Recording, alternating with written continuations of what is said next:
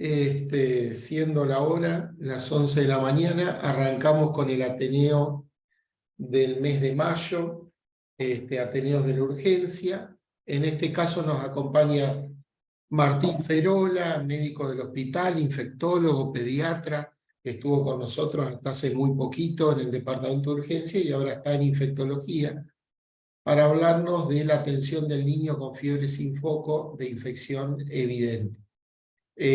Así que bueno, gracias Martín por venir a darnos este tema, que no va a ser ni el primero ni el último que te vamos a molestar. Adelante, Martín. Bueno, muchas gracias, Manuel. Buen día. Siempre es un gusto tratar de compartir en equipo y tratar de armar consensos para la mejor toma de decisiones en la atención de los pacientes. Es un tema que desde hace mucho tiempo a mí me interesa mucho.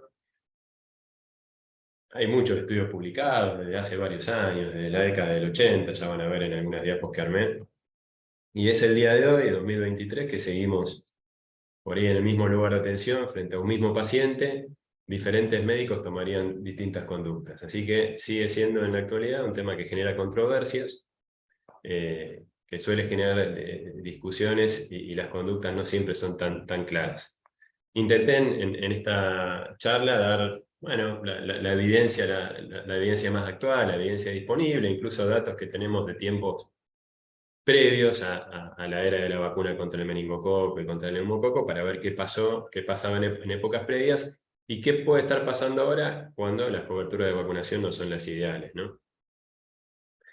Siempre, a ver si ahí pasa, en la diapo siguiente, creo que no había puesto ahí en presentación, ¿no? Ahí va. Bueno, números. La fiebre es la causa más frecuente de consulta en la guardia. El 20% aproximadamente no tiene un foco que explique su causa. La toma de decisiones con respecto al paciente con fiebre sin foco, es decir, un paciente que lleva menos de 7 días de fiebre, que está en buen estado general, pero no tiene una causa evidente de esa fiebre, la toma de decisiones se basa en riesgos. ¿Qué probabilidades hay de que un paciente que esté en buen estado general, que no le encuentre una causa para la fiebre, esté teniendo una infección bacteriana grave o potencialmente grave? Y esos riesgos son mayores a menor edad del paciente. En nenes menores de un mes, la probabilidad de que tengan una infección bacteriana grave, dependiendo de donde uno lo lea, puede ir del 7 al 28%.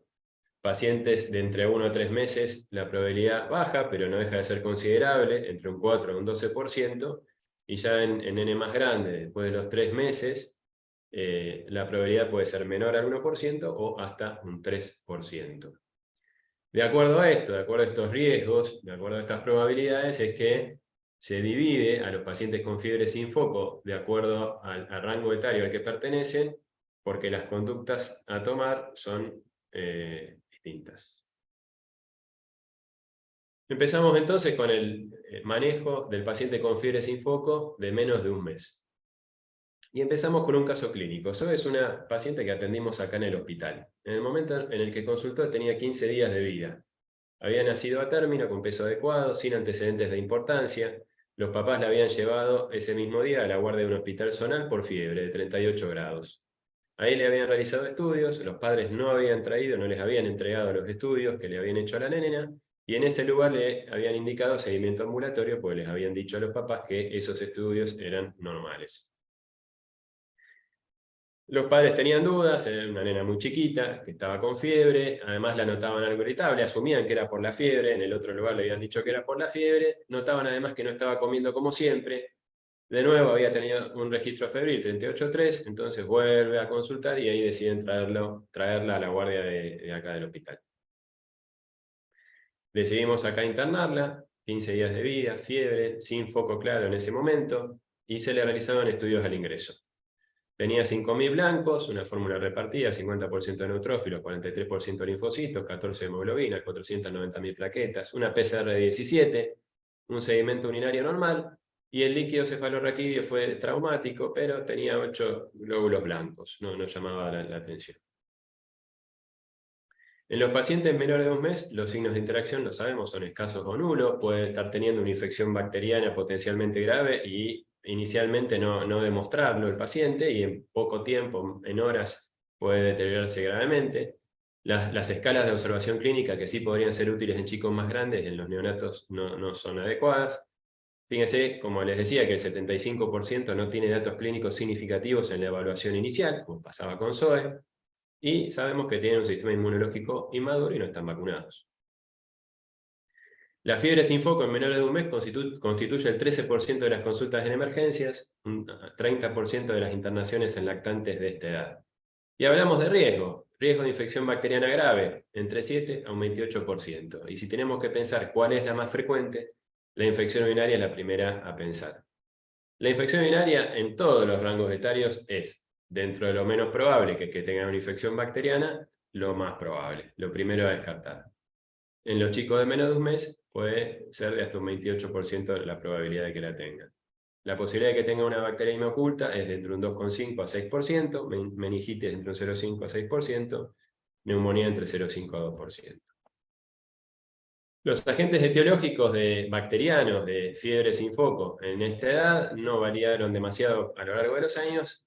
Primero, bacilos gram negativos, pues infección urinaria es la causa más probable, Escherichia coli a la cabeza, y no hay que olvidarse del Streptococcus lacteae, más en aquellos pacientes en donde no tenemos el dato del hisopado a la madre y si se le hizo o no profilaxis. Fíjense que lo que pasó con ZOE pasa en otros lados. Este es un estudio que tiene unos años, que se publicó en JAMA, en el que vieron la conducta que tomaron más de 500 pediatras de 219 centros con respecto a la atención de 770 neonatos febriles durante 3 años. Y fíjense que, bueno, no hay dudas, no hay mucha discusión de que un paciente de esta edad que tiene fiebre, que no tiene un foco claro, tiene que internarse, tiene que hacerse un laboratorio completo, y que incluye punción lumbar obviamente, y empieza el tratamiento antibiótico. Fíjense que estas normas, esta indicación, la siguió menos del 50% de los pediatras. Los parámetros de laboratorio en esta edad no sirven. Los glóbulos blancos no permiten tomar una conducta segura. Puede haber leucocitosis, pueden haber recuento de hasta 50.000 blancos o 10.000 neutrófilos en las primeras 48 o 72 horas de vida en recién nacidos sanos. La leucopenia tiene más valor, especialmente en las primeras horas de vida. El índice de neutrófilos inmaduros sobre neutrófilos totales mayor a 0,2 es un dato a tener en cuenta y tiene mayor sensibilidad a menor edad. En este trabajo, fíjense que pacientes que tuvieron infección bacteriana podían tener glóbulos blancos entre 5.000 y 15.000, pacientes que tuvieron infección viral podían tener menos de 5.000 blancos o más de 15.000 blancos, y pacientes que no tuvieron ninguna infección también podían tener valores altos de leucocitos. En este metaanálisis vieron, bueno, qué utilidad tiene, esto es un área bajo la curva, cuanto más nos alejemos de esta línea es una línea de discriminación que nos dice, cuanto más alejado esté de esta línea el valor, nos habla de cuán alto es el poder de discriminación que tiene determinada prueba. Y estos son valores de área bajo la curva de diferentes estudios. Fíjense que si nos guiamos por este estudio, nos dice que la utilidad de la proteína C reactiva para identificar infección bacteriana grave en estos chicos es mala, ¿sí? No tiene una buena posibilidad de discriminación. El área bajo la curva está muy cercana al 0,5. Si nos fijamos en este estudio, parece muy bueno. Entonces no es claro, los estudios no son concluyentes, estos parámetros no son útiles para tomar conducta. Sí podrían haber más utilidad en los parámetros de laboratorio a mayor tiempo de evolución de la fiebre. Nos ayuda a conocer este dato, pero hay que tener en cuenta, ni que hablar en pacientes de menos de un mes, que la demora en la toma de decisiones implica mayor riesgo de mala evolución de los pacientes. Fíjense en este estudio que se evaluó la utilidad, la sensibilidad, en esta primera columna, de los parámetros de leucocitos, recuento absoluto de neutrófilos y de proteína C reactiva. Se evaluó su sensibilidad en pacientes que tenían menos de 12 horas de evolución de la fiebre y cómo aumentaba después de las 12 horas de evolución de la fiebre. En los neonatos no sirven los criterios para definir alto y bajo riesgo. Hay aproximadamente un 3% de pacientes que se catalogan como de bajo riesgo de infección grave y terminan teniéndola. Diferentes estudios confirman esto. Y otro dato interesante, este es un estudio publicado hace poquito, en el 2022, por autores españoles, en el que trataron de ver si, bueno, en qué nos podemos basar para analizar un líquido cefalorraquídeo traumático en neonatos, algo que es bastante frecuente. Entre un 10 y un 20% de las funciones lumbares en estos chicos suele ser traumática. Vieron que la función lumbar en SOE también había sido traumática.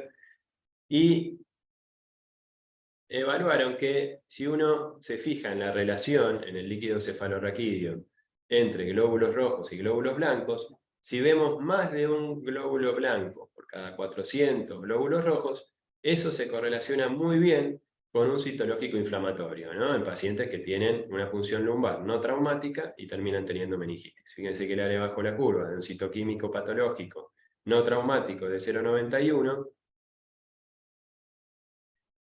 y el área bajo la curva en esta relación, más de un leucocito por cada 400 glóbulos rojos es de 0,92, prácticamente lo mismo. Así que es un dato a tener en cuenta cuando tenemos un líquido cefalorraquídeo resultado de una punción traumática.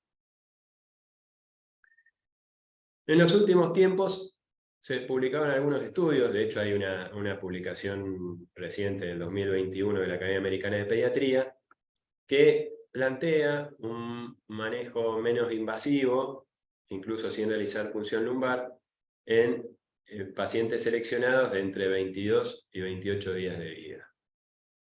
Y entonces esto nos lleva a una pregunta: ¿podemos modificar las pautas de atención en los pacientes ya más grandes que están terminando ese primer mes de vida? Este es el trabajo de la Academia Americana de Pediatría que les nombraba. Y fíjense que realizaron un algoritmo en el que dice, si yo tengo un paciente de entre 22 y 28 días, que está bien, que no tiene nada significativo el examen físico, está en buen estado general, sin foco de infección y fiebre, ingreso a la muestra de orina, ingreso a los hemocultivos y me fijo en parámetros de inflamación. ¿Qué parámetros de inflamación?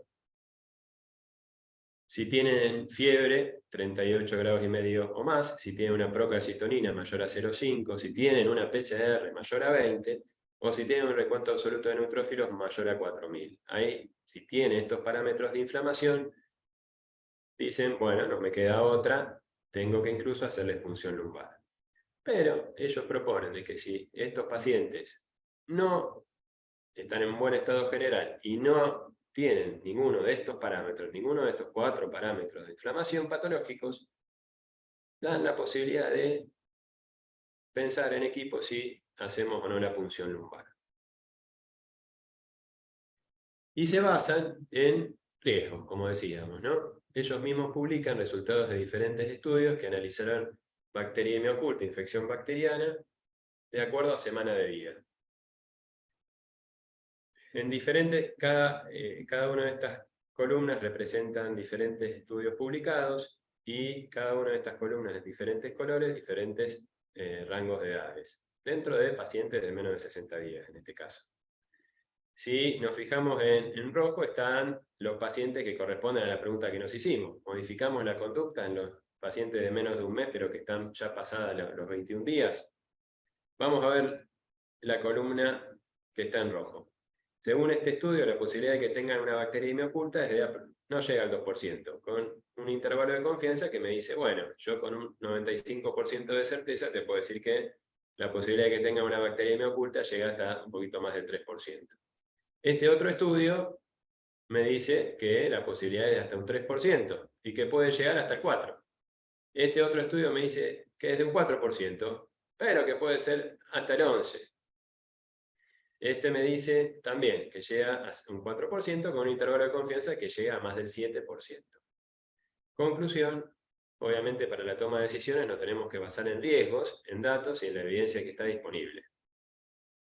Suena todavía un poco arriesgado tomar esta conducta en pacientes de menos de un mes no realizar punción lumbar si están teniendo un cuadro febril y no detecto foco.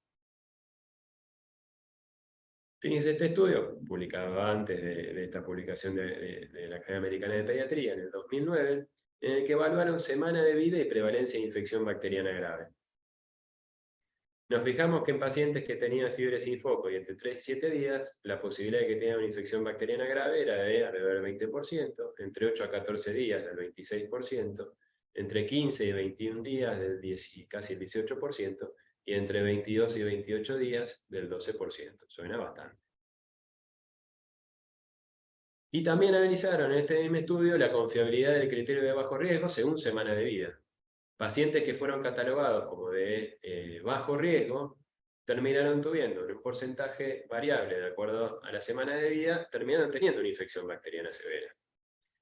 En aquellos de entre 3 y 7 días un 15%, entre 8 a 14 días un 6%, entre 15 y 21 días 3%, y entre 22 y 28 días casi un 7%. Bueno, según esto podríamos hacer un corte acá entonces. Si asumimos que aceptamos este 3% de riesgo. Pero ¿qué nos pasa? Después de los 21 días volvemos a un 7%. Es muy variable y estos datos hay que tomarlos con pinzas y bueno, hay que pensarlo 2 veces antes de tomar esta conducta menos agresiva en los chicos más chiquitos. Fíjense este otro trabajo que analiza por semana la prevalencia de infección bacteriana grave, lo mismo, en chicos entre 22 y 28 días, la posibilidad de que tengan una infección bacteriana grave es alrededor de un 22%. No varía mucho con respecto a las otras edades. Entonces, bueno, está la recomendación del Consenso Argentino para el manejo del paciente con fiebre sin foco, difiere a lo publicado por la Academia Americana de Pediatría. A los chicos menores de 1 mes hay que internarlos, hacer un laboratorio completo, hemocultivos, cultivo de líquido cefalorraquídeo, urocultivo y medicar con antibióticos.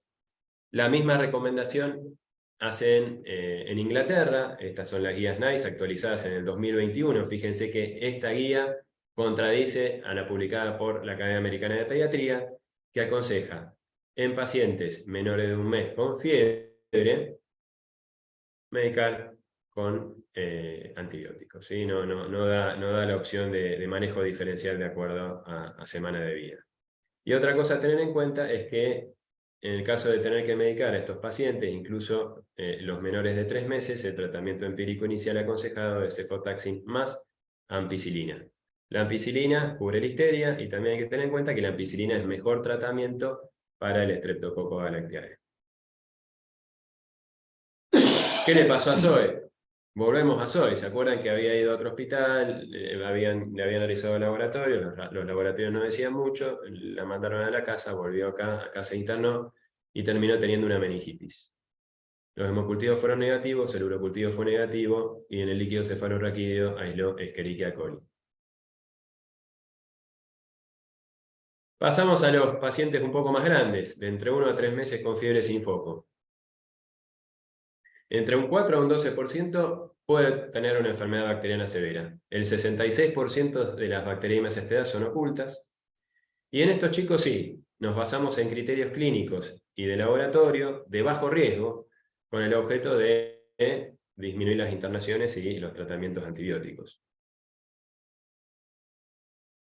Un examen físico normal a esta edad no descarta infección bacteriana severa, por lo tanto, a estos pacientes siempre hay que hacerles exámenes complementarios. Siempre se ingresan los hemocultivos por dosis y el urocultivo, independientemente de los resultados de esos exámenes complementarios. La radiografía de tórax antes se les hacía a todos, ahora se sabe que no hace falta. Sí hay que hacerlo según la clínica, pero ella deja de ser un paciente con fiebre sin foco.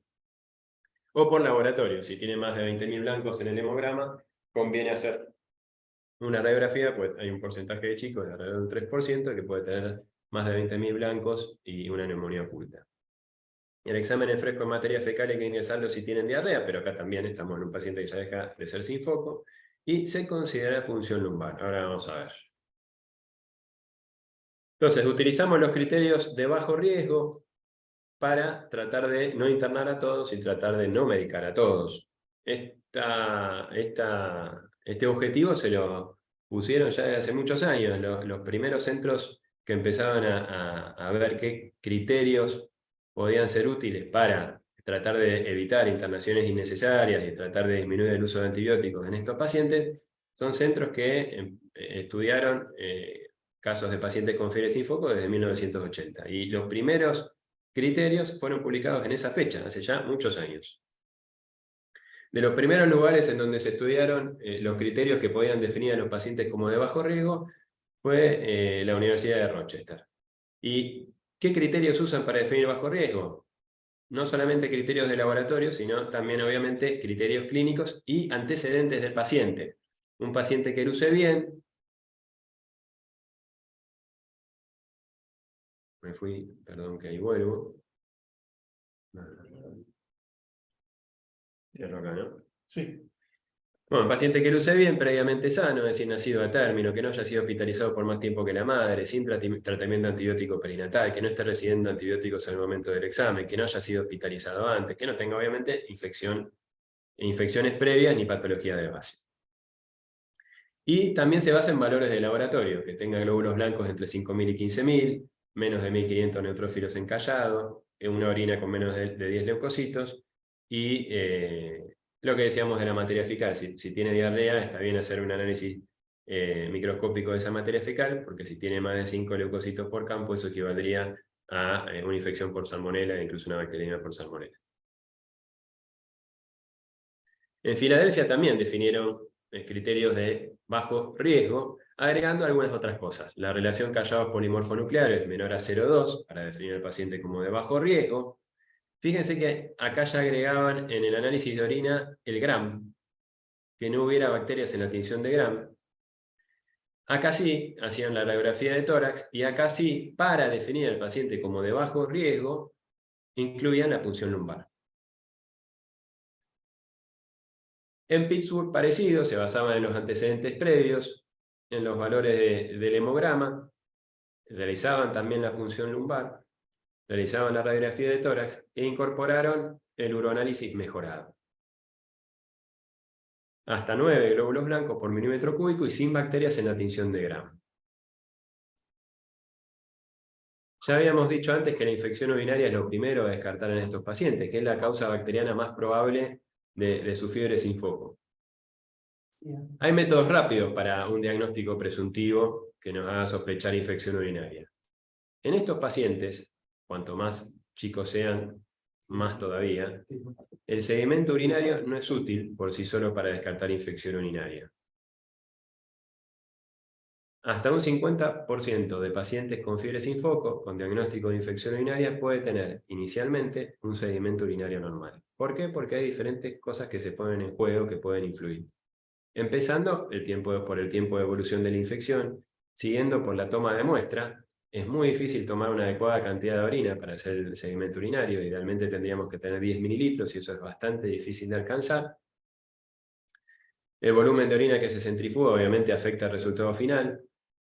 Estas son, bueno, ya más detalles del laboratorio que pueden alterar el sedimento, pero les cuento también más allá de lo que está escrito, la experiencia propia, ¿no? Me ha pasado de ver pacientes a los que por guardia se les ingresó en la muestra de orina, el sedimento por guardia fue normal y después del resultado del urocultivo viene con un sedimento patológico en el cultivo positivo, o viceversa, un sedimento patológico por guardia que después en el urocultivo es un sedimento normal. Así que hay que tomarlo con bastantes pinzas el sedimento urinario. Y les nombré el uroanálisis mejorado, que es lo que utilizan en Estados Unidos y en otros países para tratar de que se escapen la menor cantidad de pacientes que no sean subdiagnosticadas infecciones urinarias en los primeros estadios, ¿no? Y fíjense que utilizan dos cosas. La piuria, que no es lo que buscamos nosotros, no es el sedimento urinario que hacemos nosotros, es la presencia de 10 o más leucocitos por milímetro cúbico de orina sin centrifugar utilizando un hemocitómetro, no es esto el método que se utiliza en el laboratorio nuestro, más la presencia de bacteriuria, que es 1 o más bacterias por cada 10 campos de inmersión en 2 gotas de orina sin centrifugar, teñida con técnica de Gram. No hacemos Gram de la orina nosotros en los pacientes a los que le tomamos muestra porque tienen fiebre sin foco. Y este estudio es muy interesante. Fíjense que yo redondeé en verde la sensibilidad y la especificidad de este uroanálisis mejorado, de contar los glóbulos blancos en orina a través del hemocitómetro, comparado con la sensibilidad para identificar infección urinaria del sedimento urinario estándar. Y fíjense que esta sensibilidad de casi el 60% es teniendo en cuenta un punto de corte de más de 5 glóbulos blancos. Nosotros solemos utilizar 10. Esta es los diferentes valores de sensibilidad y especificidad de los diferentes test que yo puedo utilizar para tratar de sospechar o identificar infección urinaria. Fíjense que el que más sensibilidad tiene es el gram. 93% de sensibilidad, 95% de especificidad. La esterasa leucocital alrededor de un 83% de sensibilidad. Los nitritos alrededor del 50%. ¿Por qué los nitritos tienen una sensibilidad tan baja? Porque yo necesito que las bacterias que pueden transformar los nitratos en nitritos tengan tiempo para poder hacer ese proceso. Y los nenes, ni que hablar los lactantes, cuanto más chicos sean, con más razón todavía, tienen en general poco tiempo de permanencia de orina en la vejiga. Entonces, si la orina está menos de 3 horas en la vejiga, se dice que las bacterias necesitan al menos 4 horas para transformar nitratos en nitritos. Si los nenes orinan antes de esas 4 horas, no le dan tiempo a las bacterias para transformar, y por eso no hay presencia de nitritos en la orina, a pesar de que tengan infección urinaria. Estas son causas que están descritas que afectan los recuentos bacterianos. Obviamente el tratamiento antibiótico previo, pHs extremos. Esto es algo que hay que tener en cuenta en los lactantes. La hipo o hiperosmolaridad urinaria suele verse en lactantes que están con fiebre, que estén rozando la deshidratación, o que estén deshidratados. Si están deshidratados, tienen una orina más concentrada y esto afecta el resultado también del urocultivo. El poco tiempo de permanencia de orina en la vejiga que habíamos nombrado. La presencia de sustancias inhibitorias. En general en la guardia le damos a los papás para que le tomen la muestra de orina al bebé una gasa embebida en Pervinox.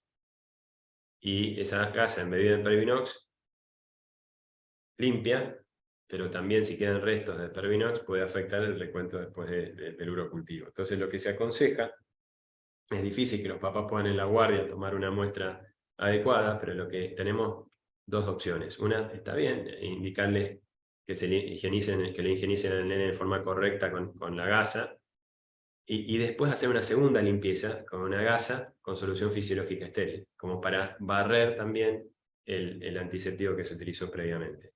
Otra opción es con un baxter de solución fisiológica, que dejen caer agua y que limpien, que dejen caer esa solución fisiológica y que de esa manera se realice una higiene y que limpie por arrastre.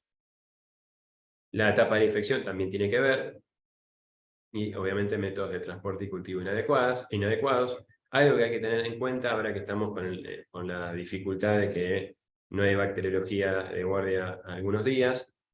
Ojo, porque el urocultivo yo lo analizo de acuerdo también al recuento bacteriano que tengo en el resultado. Y si el urocultivo estuvo mucho tiempo, la muestra de orina estuvo mucho tiempo a temperatura ambiente, ese recuento puede afectarse. Y este trabajo muestra lo que les decía, de que diferentes densidades de la orina influyen en la sensibilidad del sedimento urinario para detectar infección urinaria. Entonces hay que recordar, es importante también recalcárselo a los residentes, que muchas veces son los que dan las indicaciones en los pacientes. No utilizar antisépticos, si utilizamos antisépticos, hacer una segunda higiene con una gasa con solución fisiológica, y tratar de no usar bolsas colectoras. Las bolsas colectoras de orina nos sirven si el sedimento urinario es normal, pero si es patológico hay que repetirlo, y no solo está escrito, sino que también uno lo vivió. Pacientes a los que se les habían pedido orina para tratar de identificar si podían tener una infección urinaria o no, con un resultado patológico que uno lo repite, indicando una nueva higiene y tomar la muestra al acecho, no con bolsa colectora, y con un resultado que después en el mismo día viene normal. Bueno, ¿qué pasa con la punción lumbar? ¿Hacemos la punción lumbar, sí o no, para identificar a este grupo de pacientes como de alto o bajo riesgo de infección? ¿Por qué no? Porque la prevalencia de meningitis es baja. Hay un estudio importante en el que se incluyeron más de 1.700 niños febriles menores de 3 meses. De estos 1.700, 872 fueron clasificados de bajo riesgo sin hacerles punción lumbar. Y de estos pacientes clasificados como de bajo riesgo sin hacerles punción lumbar, 10 tuvieron infección bacteriana grave, ninguno meningitis. También es verdad que un líquido cefalorraquídeo realizado muy tempranamente a veces no descarta meningitis, porque todavía no le dimos tiempo a generar la inflamación al germen, y obviamente padres confiables permiten realizar un buen seguimiento. Entonces, en el manejo de los pacientes con fiebre sin foco de 1 a 3 meses, los estudios complementarios son siempre necesarios. Con bajo riesgo de infección bacteriana grave, definido por los antecedentes, y por el resultado del laboratorio, se puede realizar un manejo antibiótico un manejo ambulatorio sin antibióticos. Es decir, el encontrar un sedimento urinario normal y resultados de PCR y hemograma normales nos avala en un paciente con fiebre sin foco en buen estado general de esta edad a manejarlo ambulatoriamente y sin antibióticos. Obviamente padres que nos den confianza y que puedan asistir ante cualquier cambio en el paciente. Y independientemente de esto, aún con resultados iniciales normales, hay que ingresar el urocultivo y hemocultivos. Paciente en buen estado general, sin antecedentes de importancia, con orina completa, hemograma, PCR normales, ingresar de todas maneras el urocultivo y los hemocultivos. Y si tenemos seguimiento asegurado, manejo ambulatorio. Ahora, si no podemos tener ese seguimiento asegurado y tenemos que internar al paciente, no le hagamos de más. No hace falta medicarlo con antibióticos, no hace falta hacer la punción lumbar, obviamente, porque está internado. Con respecto al manejo posterior, ¿qué pasa si yo en el seguimiento del paciente encuentro alguno de los cultivos positivos? No hay tanto escrito, no hay tanto consenso, pero esta es una propuesta, obviamente, discutible y que hay que individualizar de acuerdo a cada paciente. Creo que no hay demasiada duda de que si el paciente tiene en el seguimiento con cultivos positivos, hay que internarlo, repetir los cultivos y medicar de acuerdo al germen aislado. Si tenemos un urocultivo positivo, luce bien y está sin fiebre, sería bueno repetir el urocultivo, iniciar el tratamiento antibiótico y podría manejarse ambulatoriamente. Si persiste febril, ahí sí tenemos que considerar su internación. Hay otra pregunta que surge en pacientes de este rango etario, que es que no hay duda, ya lo estamos haciendo, pacientes de más de 2 meses en buen estado general con un sedimento urinario patológico, puede tratarse ambulatoriamente por vía oral. Ahora, si tuviera entre 1 a 2 meses, tenemos que internarlo, tenemos que hacerle punción lumbar para descartar meningitis. Esta guía de la Academia Americana de Pediatría para el manejo de los pacientes con infección urinaria, fíjense que ahí marqué, es para pacientes de entre 2 a 24 meses, y ahí decía que ya en el 2011, iniciar el tratamiento por vía oral o parenteral es igualmente eficaz. Perfecto. Esto en pacientes que ya cumplieron los 2 meses, pero estaba la línea gris de qué hacemos con los que tienen entre 1 a 2 meses.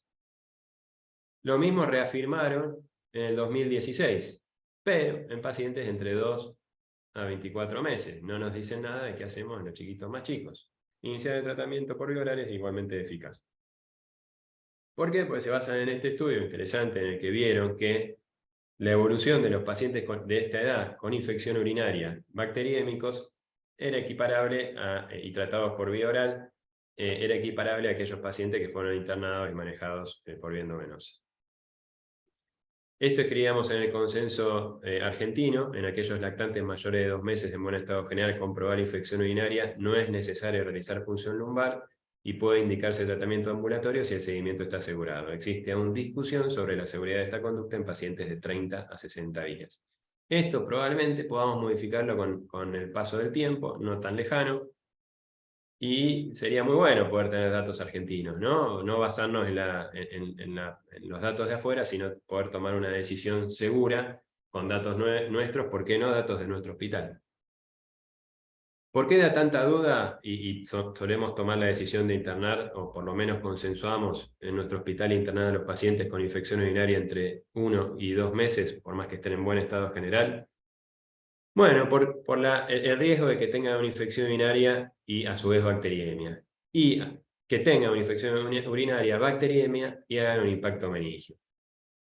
Esta posibilidad es alta, fíjense que en chicos chiquitos de menos de 1 mes, la posibilidad de que hagan bacteriemia teniendo un foco urinario es de más del 20%, más del 10% si tienen infección urinaria entre 1 y 2 meses. Y la posibilidad ya cae al 4% en chicos más grandes. El riesgo de meningitis en pacientes con infección urinaria se estudió también desde hace bastante tiempo, y los primeros estudios, fíjense, este por ahí es el pionero, en 1972, reportó que coexistían, ¿no?, meningitis e infección urinaria a esta edad, y que esta coexistencia era, para tenerla en cuenta, era considerable. Estudios posteriores reportaron tasas más bajas. La mayoría de los estudios iniciales tenían limitaciones metodológicas, el tamaño muestral era pequeño, no reportaban el intervalo de confianza, había falta de precisión en la definición de infección urinaria. Algunos pacientes se habían asumido como con infección urinaria habiéndoles tomado muestra con bolsa colectora. Fíjense cómo este primer estudio de 1972 mostraba una prevalencia de meningitis e infección urinaria muy alta, y cómo a medida que se fueron haciendo nuevos estudios, se ve en este estudio del 2010 que la probabilidad es muy baja. Este estudio también es interesante, en el que estudiaron la posibilidad de que la misma infección urinaria genere un estado inflamatorio que haga que aumenten los leucocitos en el líquido cefalorraquídeo, que haya pleocitosis, pero que no haya infección bacteriana, ¿no? Que haya pleocitosis estéril. Y para estar seguros, analizaron que no hubiera actividad antimicrobiana, es decir, que no haya acción del antibiótico que el paciente estuviera recibiendo, para ya descartar completamente de que el cultivo no haya dado negativo porque el paciente estaba siendo tratado. Y fíjense que reportan que la posibilidad de que haya infección urinaria y pleocitosis estéril, es decir, infección urinaria e inflamación del líquido cefalorraquídeo, pero sin infección, es de alrededor de un 11%. Este trabajo lo hicieron en Australia, publicado en el 2011, en el que vieron la relación entre el riesgo de infección urinaria y meningitis de acuerdo a edad. En pacientes de entre 1 a 2 meses, 0% de meningitis; pacientes de 3 y 5 meses, 0% de meningitis. Y el intervalo de confianza que nombran en pacientes de entre 1 a 2 meses, que es la edad de discusión, va de entre 0 a 1%. Este intervalo de confianza es obviamente relacionado con el tamaño muestral. Hay otros estudios que intentaron responder esto. Un estudio retrospectivo publicado en el 2015 incluyó casi 2.000 lactantes de entre 21 y 90 días de bajo riesgo, a los que se les hicieron también laboratorios que incluían procalcitonina PCR. Con probar infección urinaria, ninguno tuvo meningitis. Los 2 que tuvieron meningitis no presentaban buen estado general. Y en otro estudio, en 32 hospitales de Estados Unidos, los centros que en sus guías recomiendan realizar punción lumbar en lactantes de entre 30 y 56 días con probar infección urinaria, realizaron más procedimientos, pero no se vieron diferencias en la evolución de los pacientes.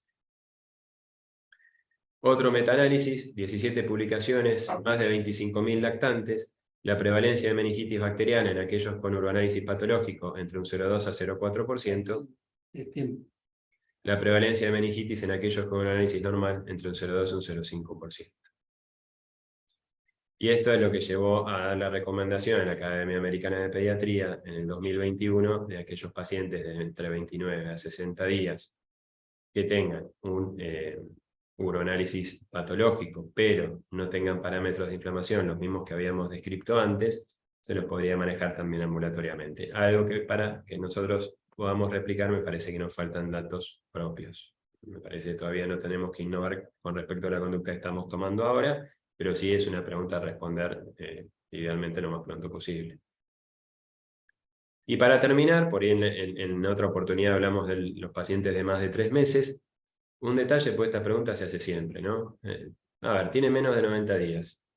Está claramente con un cuadro viral. ¿Qué posibilidad hay de que tenga además una infección bacteriana? En pacientes de menos de 90 días, la infección viral documentada disminuye, pero no elimina la posibilidad de una infección bacteriana grave. En pacientes clasificados como de alto riesgo, la posibilidad de enfermedad severa es de aproximadamente un 12%, pero de un 4% si se documenta infección viral. Y hay reportes de que pacientes de menos de 28 días con infección viral tienen un riesgo de infección bacteriana grave de aproximadamente un 1 al 2%. Pacientes con bronquiolitis, con infección por virus sincicial respiratorio, tienen entre un 2 a un 5% de posibilidad de además estar cursando una infección urinaria. Así que esto es algo que tenemos que tener en cuenta. Obviamente no vamos a estudiar a todo paciente que tenga claramente un cuadro viral, pero hay que pensarlo principalmente si la fiebre está siguiendo un curso que no coincide con la evolución que está teniendo la infección viral. Este estudio ya es más nuevo, del 2019, en el que hablan de la prevalencia de infección urinaria en pacientes con bronquiolitis y bueno, reportan la prevalencia de un 3%. Si a eso le agregamos resultados de los test previos, ya sea nitrito, esterosa leucocitaria, o uroanálisis patológico, la prevalencia de infección urinaria baja, obviamente. Si le agregamos urocultivo positivo más todo lo previo, la posibilidad de, si uno restringe la definición de infección urinaria, incluso encontramos menos pacientes con infección urinaria. Y para terminar, con respecto al manejo del paciente de 30 a 90 días con fiebre sin foco, obviamente, si por los resultados del interrogatorio en el que detectamos algún antecedente de riesgo, o por los resultados de los laboratorios lo definimos como de alto riesgo, obviamente este paciente, a pesar de que no tenga foco y esté en buen estado general, hay que internarlo, hay que hacerle los hemocultivos, el urocultivo, el cultivo de líquido cefalorraquídeo, e iniciar el tratamiento empírico inicial con cefotaxin o ceftriaxona más ampicilina. Y si quieren, están de acuerdo, y Manuel también lo está, nos vemos en otra oportunidad y continuamos con el paciente de más de 3 meses de edad y fiebre sin foco. Bueno, gracias por estar. Bueno, muchísimas gracias, Martín, por tu charla, muy bien documentada, tanto por tu experiencia como por tus conocimientos y por la bibliografía puesta. Quiero resaltar que sobre este tema, lo novedoso, que vos también lo comentaste, es, y ahora justo se publicó un trabajo al respecto, una opinión en consenso, con el método Delphi, opinión de expertos, en base justo a este tema de fiebre en lactantes, y uno de los aspectos a tener en cuenta que a veces lo escabullimos en la guardia, es el estado general del paciente. Entonces, a resaltar tanto por la Academia Americana de Pediatría como por los españoles, que el grupo de Bilbao fueron los primeros en desarrollar la relación entre la posibilidad de infección urinaria junto con el virus influenza, y fueron los que hicieron el algoritmo europeo de paso a paso, step to step, para ver la posibilidad de infección severa o el estudio del lactante febril sin foco. Ellos, el grupo europeo de Bilbao, resalta el examen físico y el mal estado general como punto importante a tener en cuenta en estos pacientes. Así que hay que estudiar estos pacientes y también hay que verlos. Uno de los errores habituales es pedirle a todos circunscribirlo por laboratorio, y no, se necesita la visión de un experto, y nosotros desde el departamento de urgencia tenemos que observar estos pacientes y verlos para tomar conducta. No hay dudas que hay que ser cauto, porque todos nos hemos encontrado con chicos en buen estado general que no lo estaban tanto, y esto es lo que vos resaltás en la experiencia bibliográfica y propia.